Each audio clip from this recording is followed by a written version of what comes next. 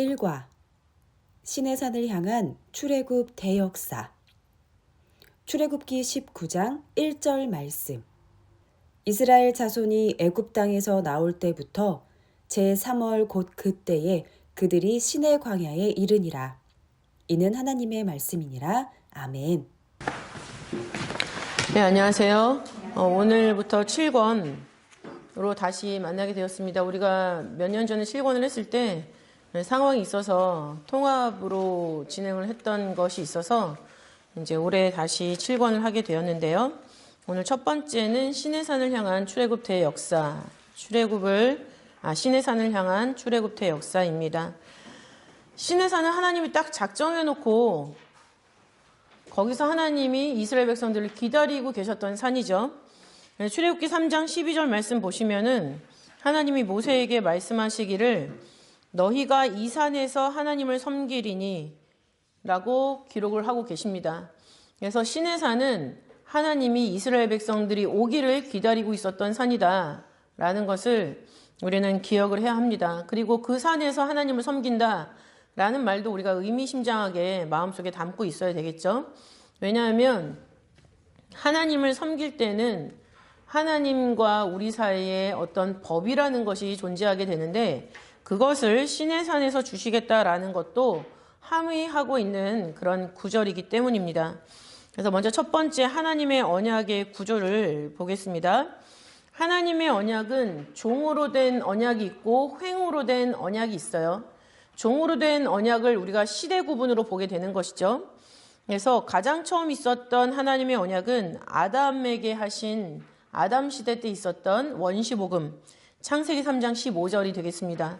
근데 이 창세기 3장 15절은 여자의 후손을 주겠다라는 언약의 말씀인데 이것은 아담에게 하신 것이 아니죠. 이것은 뱀에게 하신 말씀이에요. 하나님이 뱀을 저주하시면서 하신 말씀인데 그 전에 선악을 알게 한 다음에 실과는 먹지 말아라 라는 말씀을 가볍게 들었던 아담이 이제는 뱀에게 하시는 하나님의 말씀도 무겁게 듣고 있는 그런 모습을 우리가 발견을 할 수가 있죠. 그래서 이 말씀을 기억하고 자기와 56년 동시대를 살았던 구대손 라멕에게 이 말씀을 그대로 전수해 주었다라는 증거를 우리는 창세기 5장 29절에서 살펴볼 수가 있겠습니다. 그래서 가장 첫 번째 있었던 언약은 원시복음. 근데 이것은 아담에게 직접 하신 것이 아니라 뱀에게 하신 저주를 아담이 언약으로 잡아채서 자녀들에게 전수한 그런 원시복음의 언약이 되겠습니다. 두 번째는 아담의 10대 손 노아가 나타나죠. 노아 시대 때는 땅이 너무나 강포가 가득 찼고 죄가 관영했기 때문에 하나님이 이 지구를 물로 덮어버리시죠. 그래서 물 심판을 하시는 모습이 나타나고 있는데 그것의 분기점의 역할을 감당했던 것이 바로 노아입니다. 그래서 새로운 시대를 열어주시면서 노아에게 다시는 물로 세상을 심판하지 않겠다. 그럼 이제 남은 심판은 어떤 심판일까요? 불심판이 남아있죠. 그래서 물심판을 통해서는 회개할 수 있는 기회가 있어요.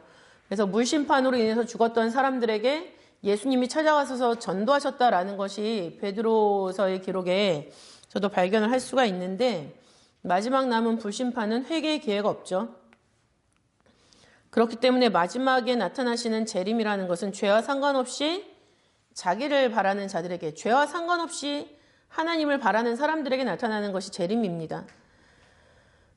그런데 노아에게 새로운 시대를 열어주면서 다시 한번 언약을 맺어주고 계세요. 이것이 무지개 언약이죠. 창세기 9장 8절부터 17절에 기록을 하고 있어요. 그 다음에 세 번째 시대는 아담의 20대 손이에요. 아브라함이죠. 아브라함에게 하신 언약인데 이 아브라함에게 하신 언약의 가장 센터에 있는 언약이 횃불 언약입니다. 횃불 언약 창세기 15장 전체라고 보아도 과언이 아니겠습니다. 그 다음에 네 번째 시대는 모세 시대죠. 모세 시대 때 하나님이 시내산 언약을 하세요. 우리가 7권을 통해서 정확하게 정리를 해볼 건데 시내산 언약 출애굽기 19장 5절 그리고 24장 7절 말씀을 보시면 되겠습니다. 모세 이후에 어떤 시대를 또 우리는 주목할 수 있냐면 다윗의 시대죠. 다윗의 시대 때는 다윗 언약이라고 알고 있어요. 그래서 다윗 언약은 사무엘하 7장 12절부터 16절, 또 같은 말씀이 역대상 17장 10절부터 14절에 기록되어 있습니다. 그 다음에 나타난 언약의 모습은 예레미야 시대 때 새 언약을 주겠다라고 하나님이 말씀하셨죠. 예레미야 31장 31절부터 34절에 기록을 하고 있어요. 그 다음을 잇는 것은 에스겔 선지자를 통해서 하나님이 영원한 언약을 주셨어요. 영원한 언약, 에스겔 16장 60절부터 63절에 기록을 하고 있습니다. 그래서 시대별로 하나님이 하나님의 사람을 세워서 언약을 보여주시는 이 언약의 흐름이 바로 종적인 언약의 흐름이다라고 보고 있는 거죠. 그러면 횡적인 언약은 어디서 볼 수 있느냐? 아브라함을 통해서 볼 수가 있습니다. 아까 세 번째 종으로 된 언약이 아브라함 횃불 언약이라고 그랬죠. 근데 아브라함에게는 하나님이 7번의 언약을 하셨어요. 7번의 언약의 첫 번째는 창세기 12장 1절부터 3절에 기록되어 있죠. 그래서 세겜에 이제 하란을 출발해서 가나안으로 가라라고 하시면서 하나님이 너에게 땅과 자손을 주겠다라고 약속을 하셨습니다. 이때가 아브라함 75세죠. 그 다음 두 번째 아브라함과 맺은 언약은 역시 75세 때 하나님의 명령에 순종해서 출발했던 아브라함이 어느덧 가나안 땅으로 들어섰어요. 그리고 가나안의 가장 센터라고 말하는 세겜에 도착했을 때 하나님이 나타나셔서 이 땅을 너에게 주겠다라고 말씀하세요. 그것이 창세기 12장 5절부터 7절. 그래서 세겜은 굉장히 중요한 의미로 이스라엘 백성들에게 존재하는 땅이 됩니다. 그리고 84세 전에 하나님이 다시 한번 나타나셔서 땅과 자손을 주겠다라고 약속을 하셨는데 창세기 13장 14절부터 18절에 기록되어 있는 언약이죠. 그 다음에 네 번째가 아까 말씀드린 횃불 언약. 그리고 다섯 번째는 99세 때, 아브라함 99세 때 할례 언약을 맺으시죠. 창세기 17장 7절부터 14절에 기록을 하고 있습니다. 이어서 할례 언약을 맺으신 이후에 약속의 자녀에 대한 언급을 다시 한번 하시는데 이것이 바로 여섯 번째 언약이 되겠습니다. 창세기 18장 10절. 그리고 나서 이삭을 바침으로 믿음을 인정받고 하나님이 언약을 재확증해 주시는 언약을 해주시는데 이때는 아브라함 137세 이전이 되겠죠. 137세 이전. 그리고 이삭이 장성해서 장작을 메고 갈 수 있을 정도의 그런 성인이 되었다, 청장년이 되었다라고 생각을 할 수가 있죠. 창세기 22장 15절부터 18절입니다.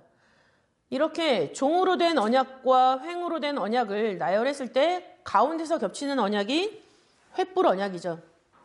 그래서 이 횃불 언약은 그 의미가 남다르고 상당히 중요하다라고 볼 수가 있는데 왜냐하면 하나님의 구속 역사를 어떤 목적을 가지고 이루시는가라는 것을 우리에게 보여주기 때문이죠.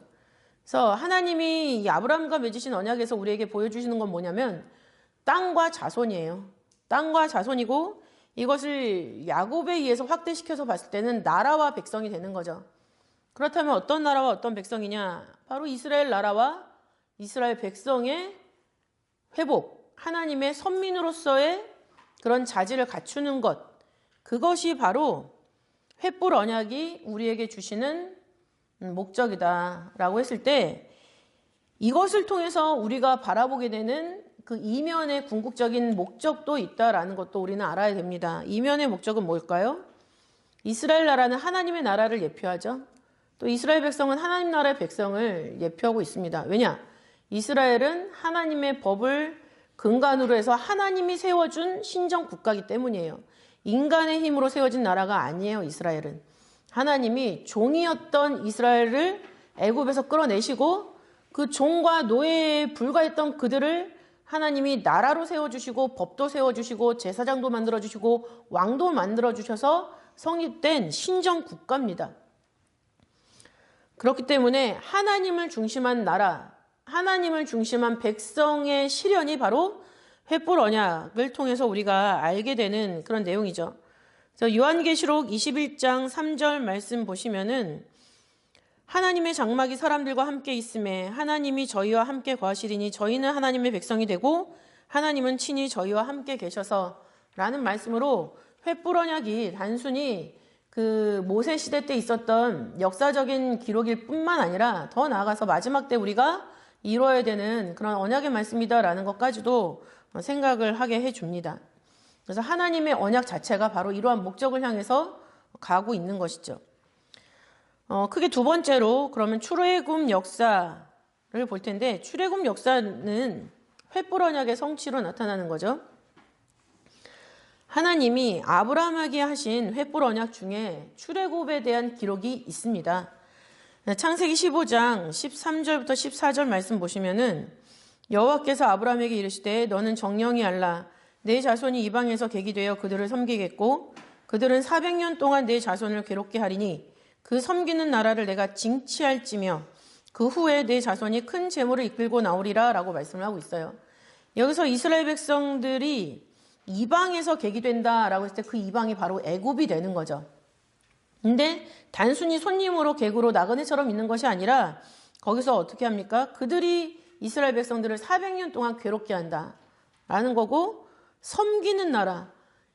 이스라엘 백성들이 하나님의 그 백성들이 애굽의 이방 나라를 섬기게 된다. 근데 괴롭힘을 당하면서 섬기는 것을 보니까는 신하로서 섬기는 것이 아니라 노예, 종으로.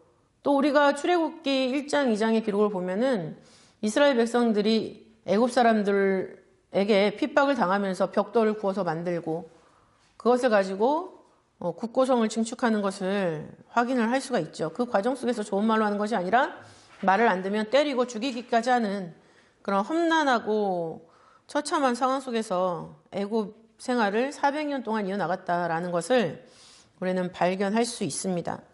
그러나 14절을 보니까 그 애굽을 하나님이 징치하신다라고 말씀하고 있죠.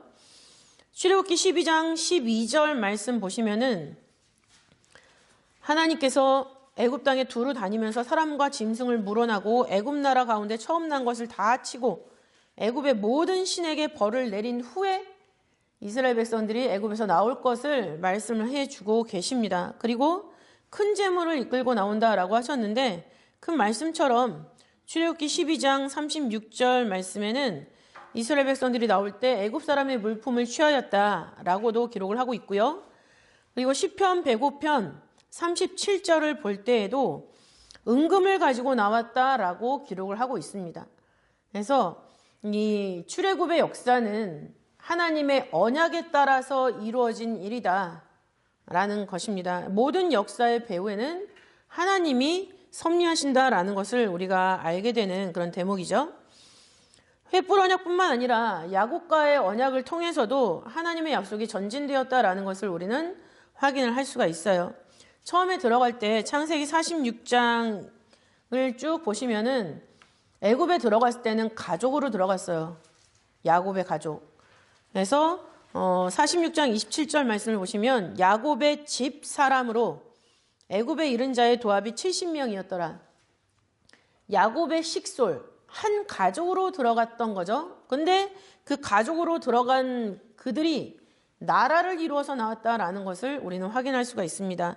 창세기 35장 11절 말씀 보시면은 하나님이 야곱에게 언약하신 거죠. 하나님이 야곱에게 어떤 언약을 하셨냐면 나는 전능한 하나님이니라 생육하며 번성하라 국민과 많은 국민이 내게서 나고 왕들이 내 허리에서 나오리라 라고 언약을 하셨어요.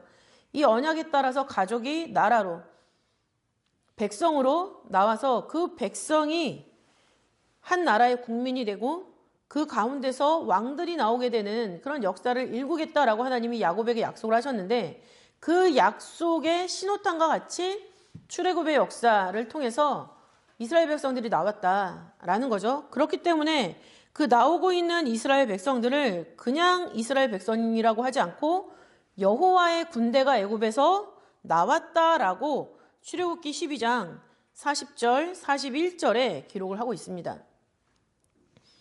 그리고 그렇게 20세 이상으로 계수함 받은 사람들의 인원까지도 정확하게 기록을 하고 있죠. 민수기 1장 46절을 보면은 그 장정으로 계수함을 입은 자만 60만 3,550명이다 라고 기록하고 있습니다. 4인 가족이다 라고 기준을 해봤을 때 200만 명이 훨씬 넘는 전체 이스라엘 백성들이 애굽 땅에서 나왔다라는 것을 우리는 생각을 할 수가 있죠. 세 번째로 이 출애굽의 역사가 진행될 때 하나님이 어떤 역사를 하셨는가? 세 번째로 3가지 이적과 10가지 재앙을 행하셨다라는 것을 우리는 알 수 있습니다. 먼저 작은 첫 번째로 3가지 이적을 보게 되면은 그 3가지 이적이라는 것은 어떤 목적을 갖고 있느냐라고 했을 때 모세가 하나님이 보낸 사자다라는 것을 백성들한테 인지시키는 역할을 했어요. 3가지 이적을 보여줌으로 말미암아 백성들이 저 사람이 옛날에는 자기 의로 자기 혈기로 그렇게 우리를 구원하려고 해서 죽이는 살인까지 했지만 지금은 하나님이 보내신 그 역할을 하고 있구나. 하나님이 잡고 쓰시는 사람이 되었구나. 라는 것을 깨닫게 하는 그런 표징이 바로 3가지 이적의 목적이라는 거죠. 또 두 번째는 그 모세의 말이 곧 하나님의 말씀이다. 그러니까 모세의 지시대로 모세가 인도하는 대로 순종하면서 가야 된다라는 것을 깨닫게 해주는 그런 목적이 3가지 이적에 담겨 있다라는 것을 우리는 알 수가 있습니다. 그래서 먼저 첫 번째 이적은 어떤 이적이냐면 모세가 지팡이를 잡고 있었는데 그걸 던지라고 하나님이 하셨죠. 던졌더니 어떻게 됐어요? 뱀이 됐습니다. 그리고 다시 그 꼬리를 잡으라고 해서 잡았더니 그 뱀이 되었던 지팡이가 다시 본래 지팡이로 변하는 것을 목격을 했다라는 거죠. 그래서 생명이 없는 마른 지팡이가 뱀이 된 것은 하나님이 모세에게 엄청난 능력을 주신다. 하나님이 모세를 통해서 하나님의 엄청난 능력을 보이실 것이다. 라는 것을 우리에게 보여주는 것이고 뱀의 꼬리를 잡는다라는 거. 우리가 뱀의 꼬리를 잡는 게 쉬운 일이 아니죠. 일단 뱀이 나오면 몸을 피하게 되는 게 본능인데 모세도 그 뱀으로 변한 거 보자마자 자기 지팡이였었는데도 불구하고 몸을 피합니다. 근데 그 몸을 피하고 있는 그 모세에게 하나님이 가서 그 꼬리를 잡으라고 하죠. 그것은 엄청난 용기. 자기의 두려움을 극복하고 하나님 말씀을 의지해서 손을 뻗어서 잡는 그 용기가 필요한 거예요. 아담 하와는 손을 뻗어서 하나님이 먹지 말라고 한 선악을 알게 한 나무의 실과에 손을 댔지만 모세는 하나님을 의지해서 하나님이 잡으라고 하는 것을 잡고 있는 것을 우리가 볼 수가 있습니다. 그랬을 때 그 순종을 통해서 그 모세의 지팡이가 하나님의 능력의 지팡이로 탈바꿈해서 바뀌어지는 것을 우리는 알 수가 있죠. 두 번째 이적은 어떤 이적이냐면 모세의 손이 문둥병이 이제 생기고 다시 사라지는 것인데 하나님이 모세에게 그 손을 품에 넣으라고 하죠. 품에 넣어서 꺼내봤을 때 문둥병이 손에 발했습니다. 이거 왜 손에 문둥병이 생겼느냐라고 했을 때 이것도 역시 손으로 직접 선악과를 따먹은 저주의 흔적이다 라는 거죠. 그리고 그것을 다시 품에 넣어서 꺼냈을 때는 여상하여졌다. 그렇게 죄악으로 말미암아 죽을 수밖에 없는 인간들을 하나님께서 다시 여상하게 살려주신다라는 것을 알려주고 있는 이적입니다. 그리고 그 문둥병, 왜 하필 문둥병인가라고 했을 때는 지금 현재 애굽의 압제하에서 있는 이스라엘의 처참한 상태가 바로 문둥병자와 다름이 없이 그렇게 취급받으면서 살고 있다. 아주 비참한 저주스러운 상태를 의미하고 있다라는 것을 말씀을 해주고 있죠. 레위기 13장 45절부터 46절, 민수기 12장 10절부터 11절, 그리고 15절 함께 읽어보시면 이스라엘 백성들의 비참한 상태를 우리는 확인할 수가 있습니다. 그리고 세 번째 이적은 하수에 물을 조금 담아다가 땅에 다시 부었을 때 그것이 피가 되는 이적이에요. 그 하수는 바로 나일강에서 나온 지류로 만든 하수죠. 나일강은 풍요와 다산을 상징하는 축복의 근원으로 애굽 사람들이 생각을 했어요. 그래서 나일강을 신격화했고 바로도 날마다 아침마다 나일강에 나가가지고 그 나일강의 나일강을 섬기는 사람들의 그것을 본인의 신격화로 연결을 해서 자신이 애굽의 신이라고 사람들한테 세뇌를 시켜나갔죠. 그래서 나일강은 하나님께서 해결해야 되는, 하나님께서 벌을 줘야 되는 그 대상이 되고 있습니다. 왜? 하나님의 자리를 빼앗았기 때문에, 사람들의 마음으로부터. 그래서 나일강이 피로 변하는 재앙을 하나님이 하수를 덜어다가 땅에 쏟아라 라고 해서 그것이 피로 변하는 그걸로 바뀌었죠. 물이 있으면은 거기에는 온갖 영양과 미네랄이 있기 때문에 생물이 살 수가 있습니다. 그러나 그것이 다 피로 변한다라고 했을 때는 그 안에서 살 수 있는 생명체라는 것은 발견할 수가 없는 거죠. 그래서 피조물을 숭배하는 애굽과 애굽 신들에 대한 경고로 하나님이 이 세 번째 이적을 주셨는데, 이 세 번째 이적은 10대 재앙, 10가지 재앙이 실현됐을 때 첫 번째 재앙으로 실현이 되죠. 모세가 보여주는 이적은 물 어느 정도를 따라서 피가 되는 거였지만 10가지 재앙으로 넘어가서 첫 번째 이적으로 나일강을 치셨을 때는 나일강 전체가 7일 동안이나 피로 있는 그런 재앙으로 바뀌었다라는 거죠. 그래서 작은 두 번째 10가지 재앙에 대해서 우리가 살펴보도록 하겠습니다. 10가지 재앙의 내용을 보게 되면은 일단 10이라는 숫자에 우리는 주목을 해야 되죠. 10. 10이라는 것은 가득 찬 수. 우리가 십진법을 사용하잖아요. 십진법 가득 차면은 어디로 갑니까? 다시 11로 가고 또 20, 또 한 번에 10이 차서 20이 되면 다시 21로 가죠. 그래서 우리의 삶이 십진법으로 돌아가고 있다라는 거를 통해서도 우리의 삶이 가득 차면 다시 출발해야 되는 그런 출발선에 서는구나. 이것이 끝날 때까지 끝난 게 아니구나라는 것을 알 수가 있습니다. 그래서 10은 꽉 찬 수, 만수라고 얘기를 하는데 하나님의 재앙이 바로 이렇다라는 거예요. 하나님의 재앙은 빈틈이 없이 가득 차서 모든 것이 다 항복할 수밖에 없게 만드는 그런 재앙을 시작하신다. 끝을 보지 않으면 하나님이 아예 시작도 안 하신다는 얘기죠. 끝을 보겠기에 하나님이 재앙을 시작하셨고 그것을 10이라는 숫자로 표현을 하셨다. 그래서 하나님이 생각하시는 그 10, 가장 끝에 있는 재앙이 뭡니까? 모든 것의 장자를 죽이는 재앙이에요. 이거는 이스라엘이고 애굽이고 다 적용되는 재앙이죠. 그러나 거기서 벗어날 수 있는 건 뭡니까? 6월의 은혜를 받았을 때 어린 양을 잡아서 집 문 좌우설주와 문인방에 발랐을 때 그 죽음의 사자가 유월하는 거예요. 아무리 이스라엘 백성이라 할지라도 그 말씀에 순종을 안 하면 그 죽음의 사자가 그 집에 들어가는 거죠. 그저 하나님이 이스라엘이라는 혈통만 가지면 무조건 살려준다라는 생각을 깨버리는 그런 10번째 재앙이 되겠습니다. 그래서 하나님 말씀에 순종하지 않으면은 이 10가지의 재앙을 다 당할 수밖에 없다라는 것도 우리는 생각을 할 수가 있겠죠. 이 10대 재앙의 목적은 이 모든 것을 통해서 하나님의 영광을 나타내시는 것, 하나님을 마음 중심에 모셔놓고 살란 얘기예요. 출애굽기 7장 5절에 기록을 하고 있죠. 출애굽기 7장 5절 말씀 보시면은 내가 내 손을 애굽 위에 펴서 이스라엘 자손을 그 땅에서 인도하여 낼 때에야 애굽 사람이 나를 여호와인 줄 알리라 하시매. 하나님을 하나님으로 인정하게 하는 게 하나님의 목적이에요. 우리가 하나님을 안 믿는 사람은 귀신을 무서워합니다. 귀신을 보지 못했어도 귀신에 대한 두려움이 있어서 밤에 어두운 데 가기 싫어하죠. 그러나 그 귀신을 믿는 사람들은 하나님을 믿지 않는 경우가 많아요.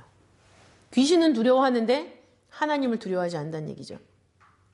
그러나 누가복음 4장 41절을 보시면 귀신들이 예수님을 보고 당신은 하나님의 아들입니다 라고 고백하는 것을 볼 수가 있습니다. 귀신도 알고 있다는 그 하나님을, 귀신을 두려워하는 사람들만 굳이 하나님이 없다라고 말하는 것은 하나님이 있다고 인정하는 순간 그 법에 의해서 내가 제단될 것을 알기 때문에 그것이 싫어서 도망치는 그런 표현 중에 하나이기도 하죠. 그래서 우리에게 상을 주시거나 벌을 주시는 것은 하나님이 살아계시다라는 것을 알게 하기 위해서요. 알게 하기 위해서. 또 하나님을 앞에서 살면 하나님이 분명히 상급을 주시죠. 그것도 알게 하기 위해서. 그래서 히브리서 11장 6절 말씀이 나오는 거예요. 믿음이 있을 때 하나님을 기쁘시게 할 수 있고 그런 사람에게 하나님이 상급을 주신다라는 원리를 우리에게 알려주시는 거죠. 10가지 재앙도 마찬가지입니다. 하나님이 계시다라는 것을 인정하라는 얘기예요. 이 모든 것을 섭리하시는 하나님. 그래서 10대 재앙의 목적은 그 하나님의 영광을 나타내시는 것.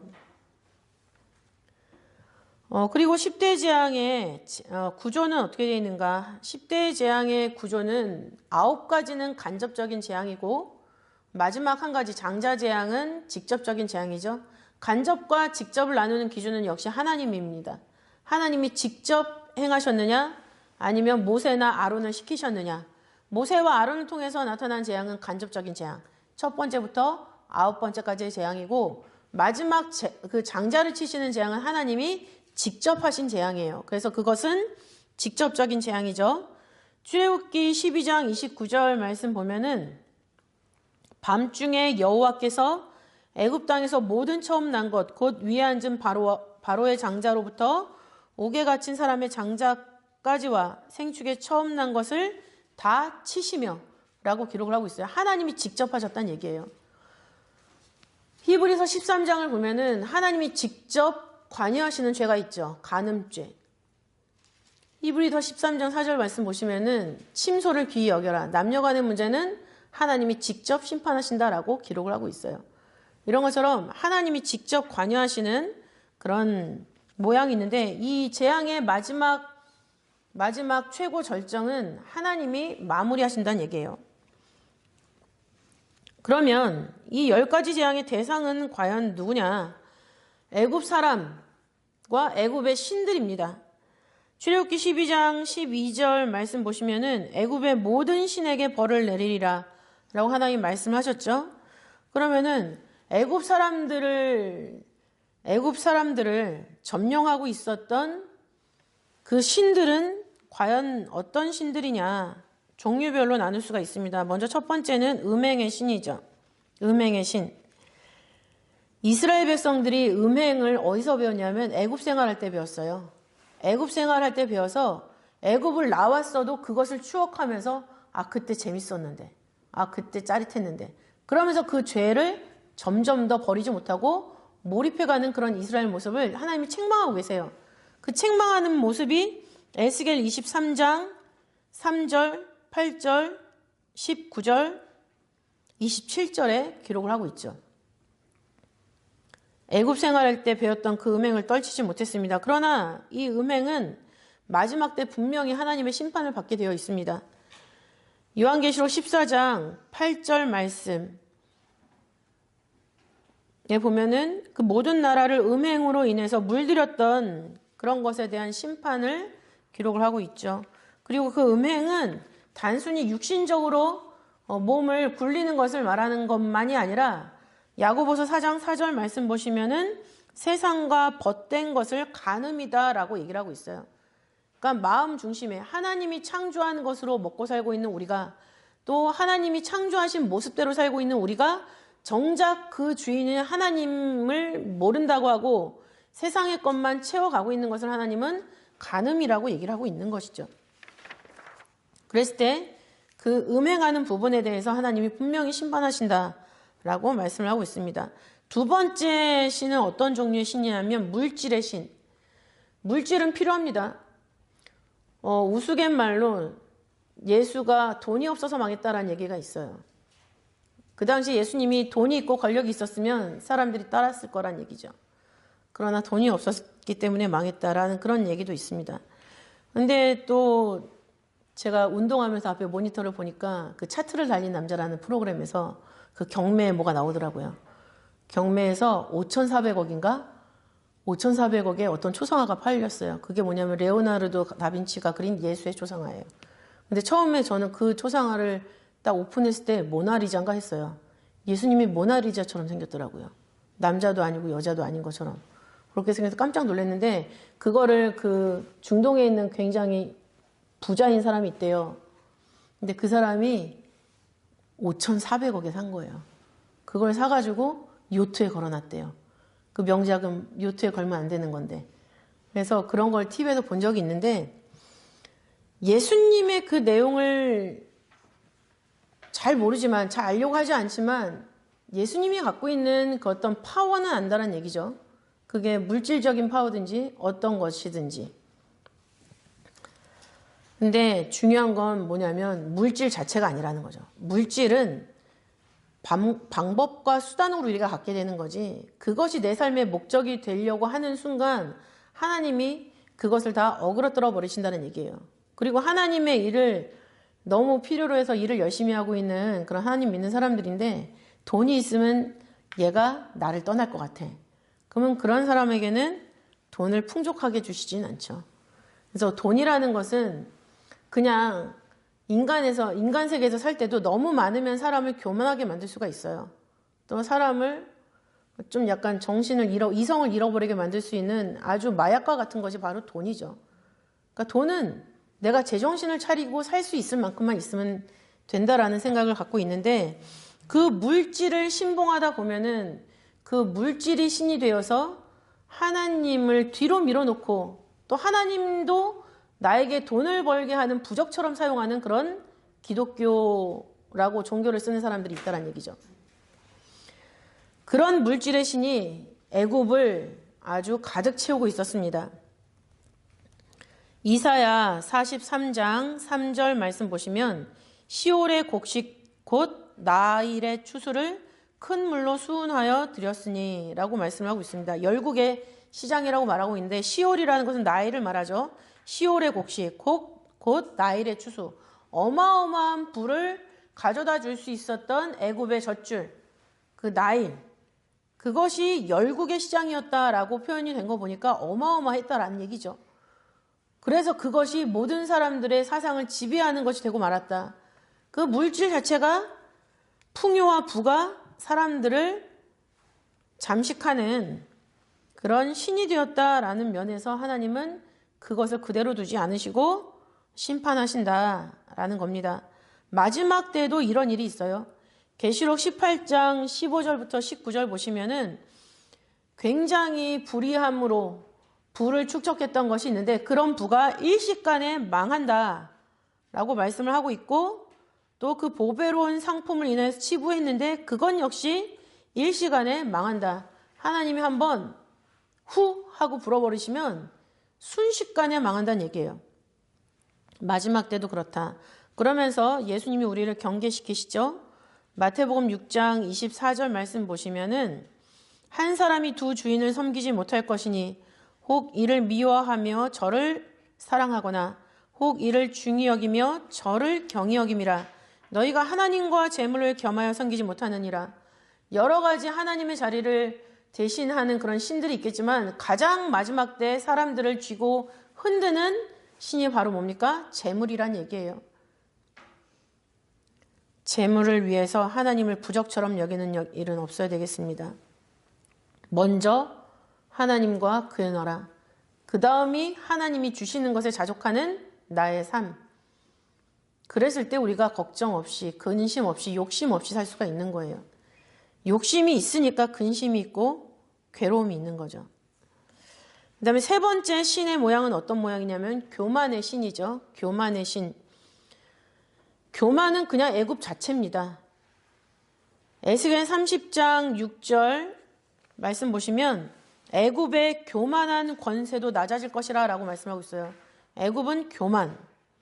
그리고 7절 말씀 보시면 애굽을 라합이라고 얘기를 하고 있는데, 라합 자체가 거만한 힘을 의미해요. 거만한 힘. 내가 이 세상을 제패할 수 있는 유일한 나라, 유일한 왕이다 라고 했었던 바울, 그 바울이 왕으로 있었던 애굽, 그것을 하나님이 꺾으신다라고 말씀을 하고 있죠.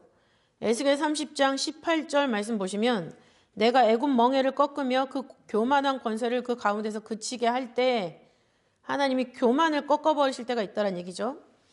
에스겔 32장 12절 애굽의 교만을 패하며 그 모든 무리를 멸하리로다 라고 말씀하고 있습니다. 하나님이 교만을 패하실 때가 있습니다. 그 교만의 순간적인 잘나감을 부러워할 필요가 없다는 얘기예요. 부러워하는 순간 그 틈을 타고 사단이 나에게도 교만을 넣어줍니다.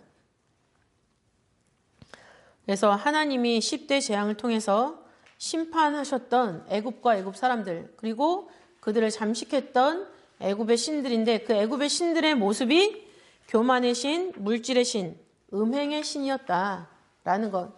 이 세 가지가 나의 삶 속에 있어서는 안 되겠습니다. 이 세 가지를 걷어내야만 우리가 10대 재앙의 대상이 되지 않는다라는 것을 생각하면서 2025년도 하루하루 살아나가시기를 바라겠습니다. 그래서 이런 과정을 통해서 드디어 출애굽이 이어지죠. 출애굽은 주전 1446년 1월 15일에 이루어졌습니다.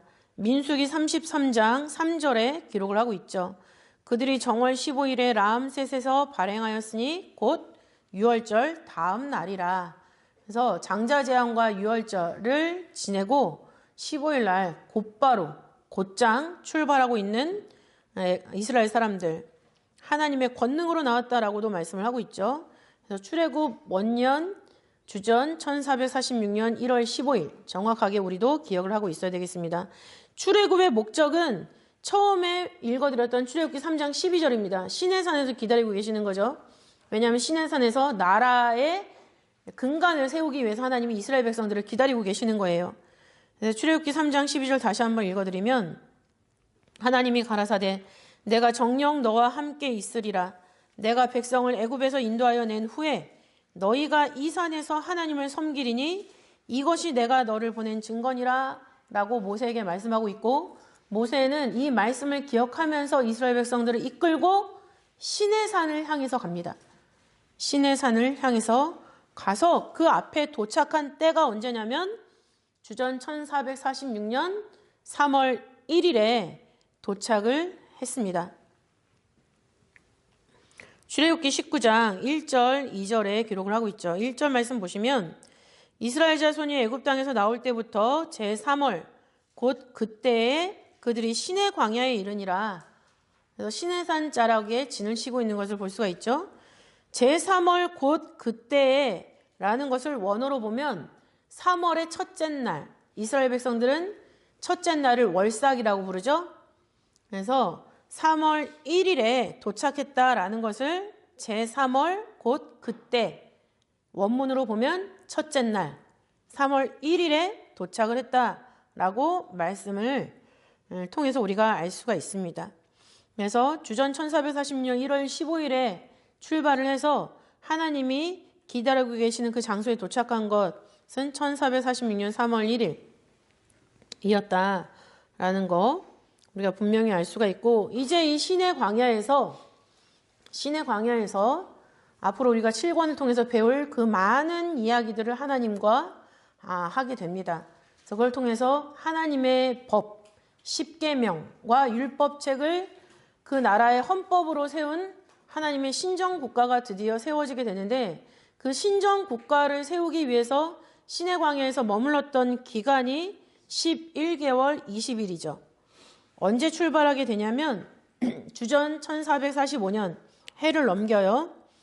1445년 2월 20일에 그 시내 광야를 출발을 하게 되죠. 민수기 10장 11절부터 12절에 기록을 하고 있습니다. 그래서 11개월 20일 동안 하나님이 십계명도 주시고 율법책도 주시고 성막도 주십니다. 그것을 딱 그 나라가 신정국가가 되기 위해서 필요한 것을 다 허락하시고 그것을 백성들이 다 준행한 후에 이제 출발을 하게 되는 거죠.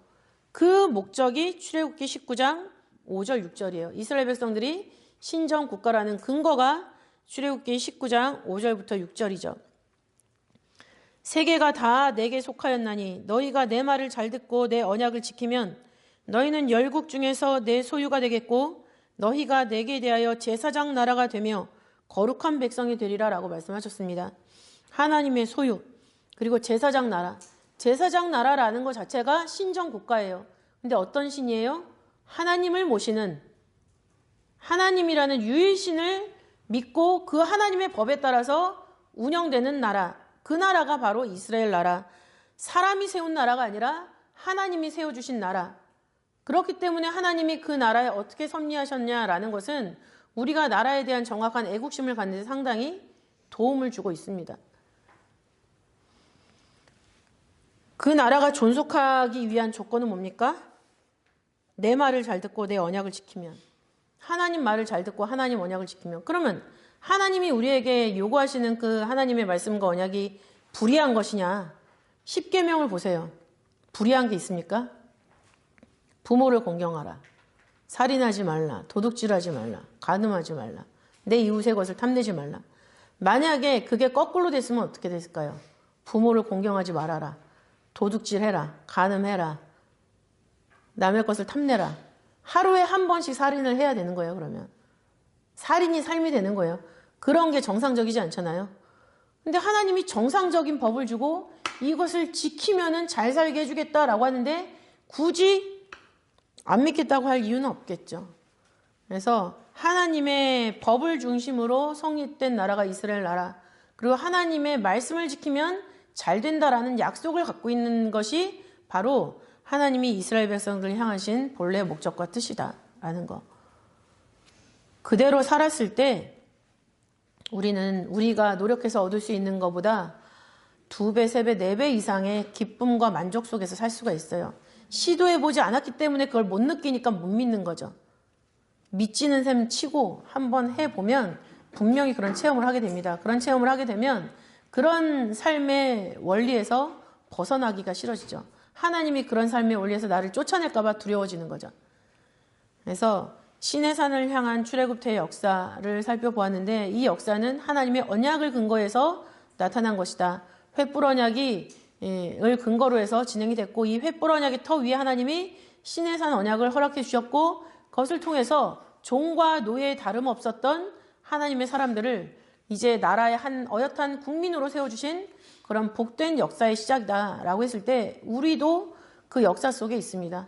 하나님과 하등 상관이 없었고 믿지 못하고 세상에서 그냥 살다가 쓰러져 버릴 우리들을 하나님이 의미 있는 생명으로 인정해 주시고 하나님의 백성으로 살게 하시고 보다 더 가치 있고 보람 있게 살 수 있게 해주셨다라는 것을 생각했을 때 과연 우리가 하나님의 나라 하나님의 백성으로서 살아갈 때 어떠한 마음으로 살아야 되는지 라는 것을 우리가 구속사 시리즈 7권을 통해서 하나하나 채워나갈 수가 있습니다. 그래서 우리 아이들과도 정확한 예배를 통해서 하나님의 사람으로 성장해 나가게 우리 선생님들이 어머니로서 선생님으로서 아이들에게 항상 권면해 주시고 예배를 통해서 아이들과 신앙적인 대화를 이어나가시기를 바라겠습니다. 기도하고 봉헌하시겠습니다. 사랑이 많으신 아버지 하나님 감사드립니다. 아버지 우리들에게 아버지 7권을 통하여서 시내산 언약 또한 하나님이 이스라엘 백성들에게 어떠한 법을 주시고 또한 어떠한 계명 속에서 하나님과 또한 사람과 올바른 그런 생활을 할 수 있도록 인도하시는지를 다시 한번 공부할 수 있도록 인도하시느라 감사드립니다. 아버지 하나님 저희들이 성경을 대하고 말씀을 대할 때 아버지 여기에 담겨있는 하나님의 생각이 무엇인지 하나님의 속 중심이 무엇인지 아버지 절절하게 깨달을 수 있도록 붙잡아 주시고 그렇게 느껴지는 하나님 아버지의 심정에 저희들 마음도 함께 움직일 수 있도록 도와주셔서 아버지 하나님께서 허락하신 이 시간을 살아나갈 때 하나님의 속중심을 알고 하나님이 원하시는 모양대로 살아나갈 수 있는 하나님의 친 백성이 될 수 있도록 인도하여 주시옵소서. 그렇게 살아가는 저희들의 모든 시간과 공간이 아버지 그대로 하나님의 나라와 하나님의 백성으로 이어지게 되는 줄 믿사오니 아버지 저희들 부단히 이어져 나갈 수 있는 경건의 연습을 통하여서 경건의 완성을 이루는 우리 모든 어린이구역 성교의 각 가정들이 될 수 있도록 인도하시고 역사하여 주시옵소서. 아버지 감사하여 아버지 앞에 헌물을 드립니다. 아버지 헌물이 하나님 아버지 말씀의 사역에 크게 쓰이게 인도하여 주옵시고 아버지 하나님 아버지 앞에 이 헌물을 바침으로 말미암아 내 소속이 아버지 나를 움직이는 그 근원의 힘이 하나님이라는 것을 고백하는 그런 놀라운 순간이 될 수 있도록 인도하여 주시옵소서. 감사드리오며 사랑이 많으신 예수님 이름으로 감사 기도 올리옵나이다. 아멘.